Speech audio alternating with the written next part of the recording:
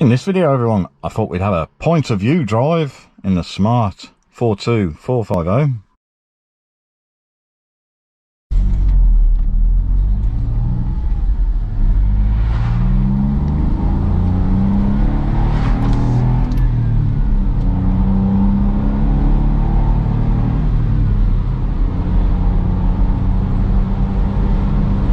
So today I find myself in the county of Staffordshire, and I thought we'd film the first of many point of view videos. We'll make sure we do at least one in every car, just so that you can, well, come along for the ride, or the drive even. Let me know if you like this camera position.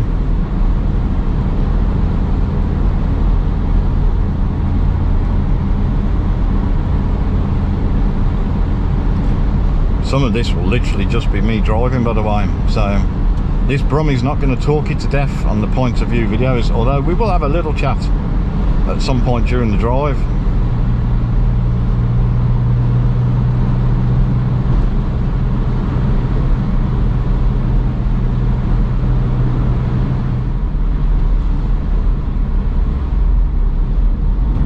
And this is going to be quite interesting for me, at least, because I haven't mapped out where we're going today, so see if you recognise any of the roads. Oh, Vectra. How many of them do you see on the road now? So if you're interested where we are, I'll give you a clue. We're not that far from a place called Horcross Hall. Sort of a, amongst other things, a posh beauty spa. Obviously something I frequent every other week.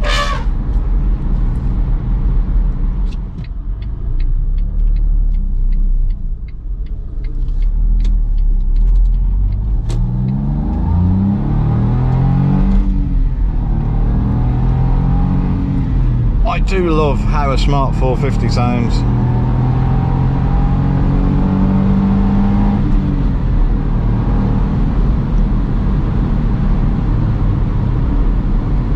Interestingly, if you don't drive, you've never driven a Smart Fortwo 450, or should I say first generation Smart, if you leave it in auto mode, assuming that it's got the auto option, it doesn't typically change into 6th gear, which is quite a high gear, until it gets to about 60 miles per hour.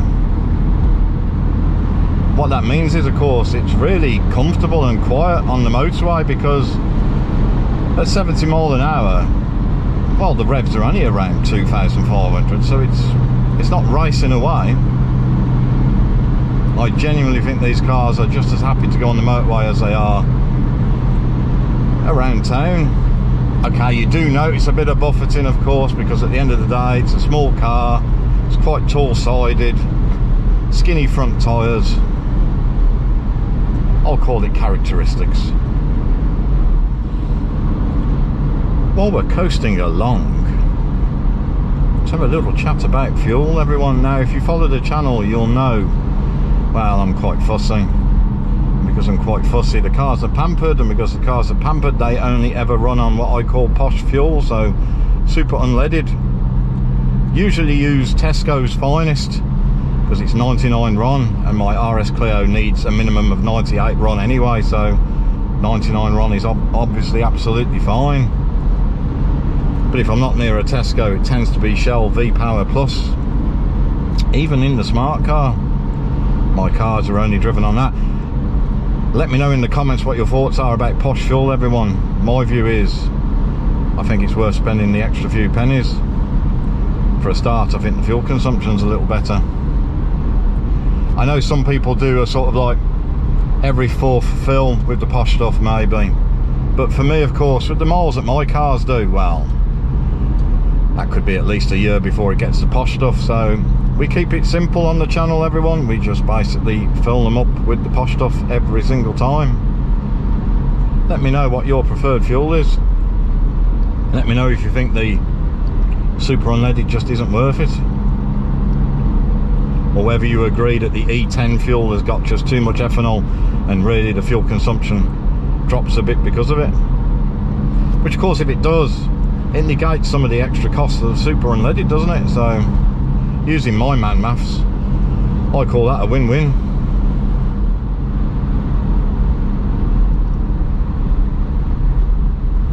some beautiful cottages on this road.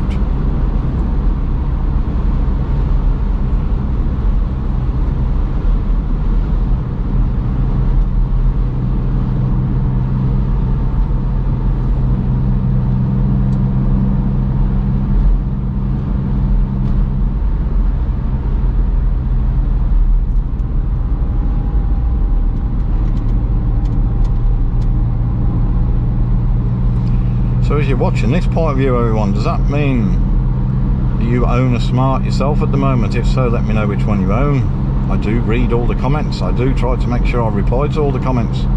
Although YouTube is not so good at letting me know about additional replies to comments. So if I do reply to you and you reply to me and I miss that reply, well, YouTube's just not that good at letting me know that you've been good enough to reply again. So apologies.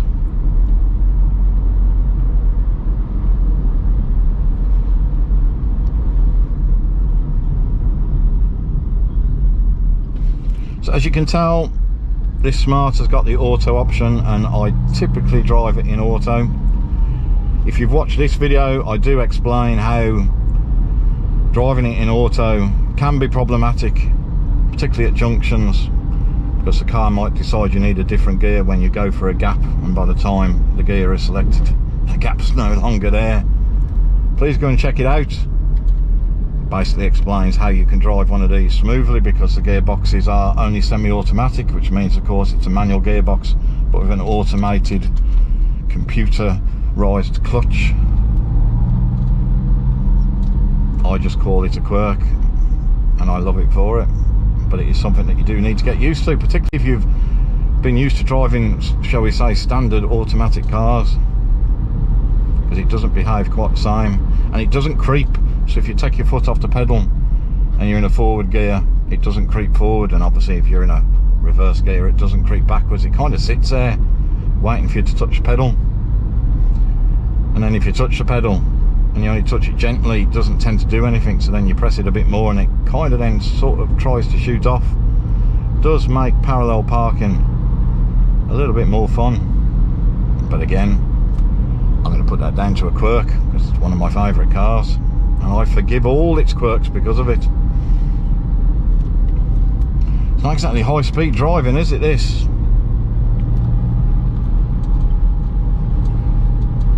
I'm not struggling for front end grip at the moment, everyone.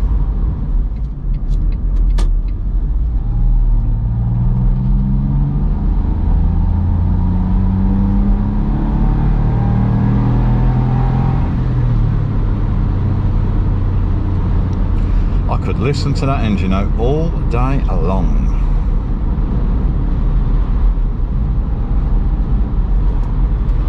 Oh, is that suggesting the Audi's going for an overtake? He obviously knows the road better than I do, because I can't see that far ahead. I love coming out for a drive at this time of day. So it's, as you can probably see on the clock, it's 11:30 in the morning. The sun's out. It's a weekday. This is my mental health fix, everyone. And I reckon some people watching this video will understand that. In fact, I think most people will understand that, because you obviously have an interest in cars if you're watching a video with a Brummie driving a car. But for me, driving the cars that I feel so lucky that I can currently own is definitely a mental health fix. Anyway, a bit of national speed limit at last.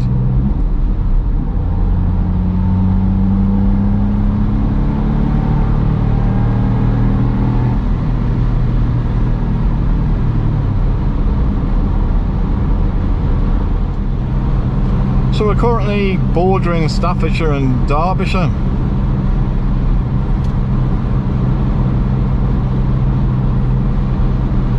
Like many places, there's some cracking driving roads around here, to be fair.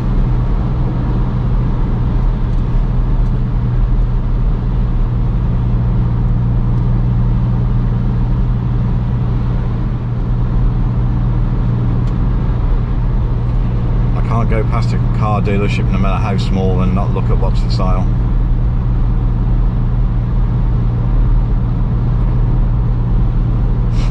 And I can always find a reason why I want a car.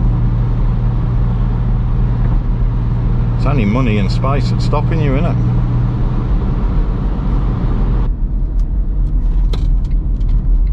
Oh, 2.3 metre width restriction. Do you think we're alright in this one? Anyone that's interested, to the left, it's a National Arboretum.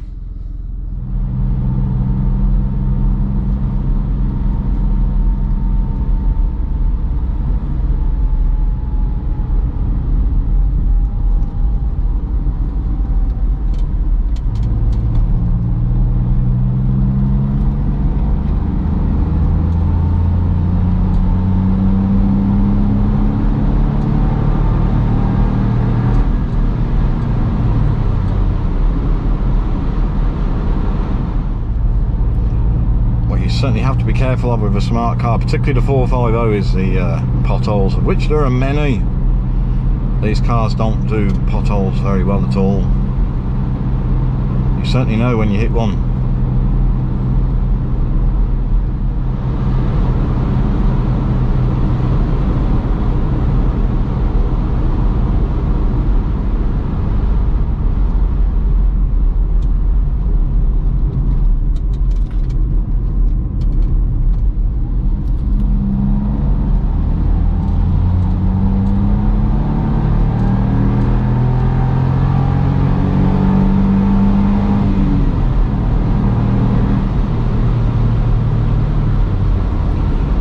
You know, my cars are looked after, but they're not babbied either. I'm sure you would agree that that's better for them. They do need to be revved, and they certainly do get revved, but of course I don't do that until the engines are fully warmed up. But there's no point owning these cars and then babbying them along the road at like 1500, 2000 revs, because that's just no good either, is it? Give them a good old rev. Occasionally I even hit the rev limiter, but you know, give them a good run. Does them no harm whatsoever.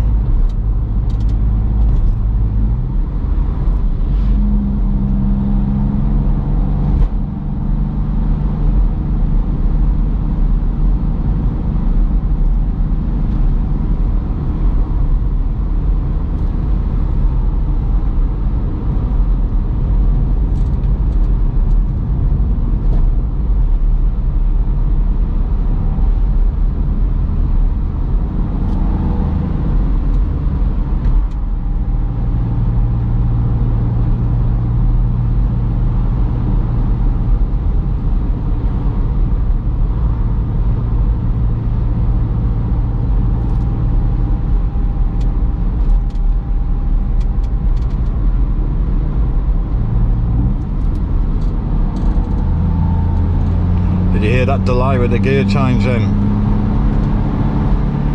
Basically my foot asked the engine room for power, and the engine room responded by saying, "Come on Harry, we think we need another gear."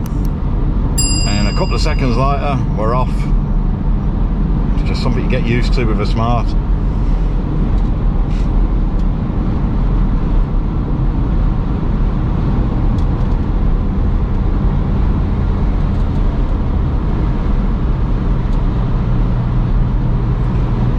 Another thing, they're better round corners than I bet some people give them credit for. Yes, of course, there's a limit. It's going to understeer quite easily, particularly if the road isn't dry, if you're pressing on. But as you can probably tell, we're not particularly backing off on this 60-mile-an-hour road for the bends.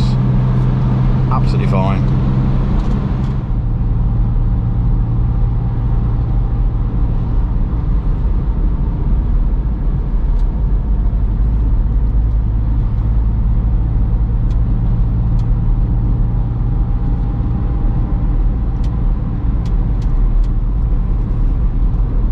I think as we head into the town called Tamworth, incidentally where my wife Fran originated from, I think we'll leave the video there, everyone. Now, if you do watch the channel, you'll know, as I've said already, that I pamper these cars, but here's a picture of what this Smart looks like today. On that note, enjoy whatever it is you're driving. I'll see you on the next one.